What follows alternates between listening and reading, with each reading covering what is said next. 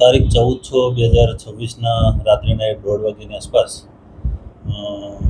University police સ્ટેશનની હદમાં આવેલ ઈલાબેન પ્રવીણભાઈ શાહ જેઓની ફરિયાદ જોતા આ તારીખના રોજ રાત્રિના એમની દીકરીની દીકરી જે દિયા કરીને છે, દિયા એમની સાથે રહેતી હતી. તે અગાઉ આજથી 2 વર્ષ પહેલાં આ કામના આરોપી જે છે વિવેક પ્રકાશભાઈ ગોસ્વામી, જે ભાલકા ગીર સોમનાથના છે, જેઓ 2 વર્ષ પહેલાં રાજકોટમાં રહેતા હતા અને મોબાઈલની દુકાનમાં કામ કરતા હતા. તે દરમિયાન આ કામના જે બેન ફરિયાદી છે, મરણ જનાર છે, એમની પૌત્રી, એમની બેની વચ્ચે પરિચય થયેલો. પરિચય થયા બાદ બંનેમાં પ્રેમ સંબંધ થયેલો. પ્રેમ સંબંધ થયા બાદ આ એની પૌત્રીની માતા તેમજ એમના નાના નાની એમને પ્રેમ સંબંધ એટલો બધો મંજૂર ના હોય. ત્યારબાદ આ એમની જે પૌત્રી દિયા અને જે આરોપી છે, જે લવ મેરેજ કરી અને હાલના આરોપી જે વિવેક ગોસ્વામી છે એ ભાલકા ખાતે દિયાને લઈ ગયો. ત્યારબાદ થોડા સમય પછી દિયાના માતા તેમજ તેના નાના, જે હાલ મરણ ગયેલ છે પ્રવીણભાઈ, જેઓ તેને ભાલકા ગામે જઈ અને તેઓને સમજાવટ કરીને અમારી સાથે થોડા દિવસ રહેવા મોકલામ કરીને ત્યાંથી લઈ આવ્યા.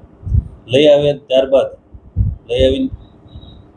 અહીંયા આવ્યા પછી વિવેક, જેમનો આરોપી છે વિવેક ગોસ્વામી, એના ફોન પર વાત કરવાનું બંધ કરી દીધું અને તેનો ફોન પણ બ્લોકમાં મૂકવામાં આવ્યો. જેથી વિવેકને એવું લાગ્યું કે અમને બેને છૂટા પાડી દેશે, અમારા બેના લગ્ન સંસાર નહીં ચાલવા દે. જેથી રૂબરૂ મળવા આવેલો આ તારીખના રોજ રાત્રે.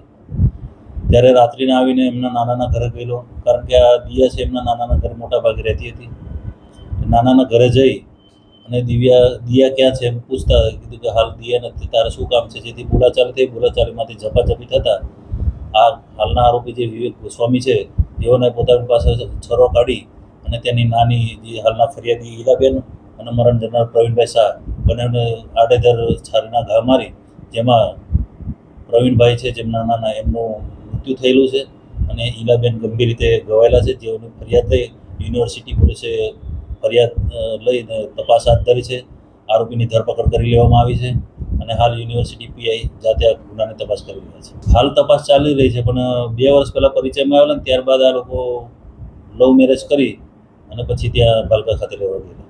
હવે હાલ આરોપીની ધરપકડ થઈ છે. આરોપીને અને ફરિયાદીના બધાના નિવેદન ચાલુ છે, જેથી વધુ ઘનિષ્ઠ પૂછપરછ તેમજ રિમાન્ડ પણ મેળવવામાં આવશે. રિમાન્ડ મેળવતી પૂરેપૂરી તપાસમાં જે પણ નીકળે તે તપાસ કરવામાં આવશે. સાંજ સમાચાર ફેસબુક પેજને લાઇક કરો, વિડીયો શેર કરો અને વધુ વિગતવાર સમાચાર માટે sanssamachar.net વિઝિટ કરો.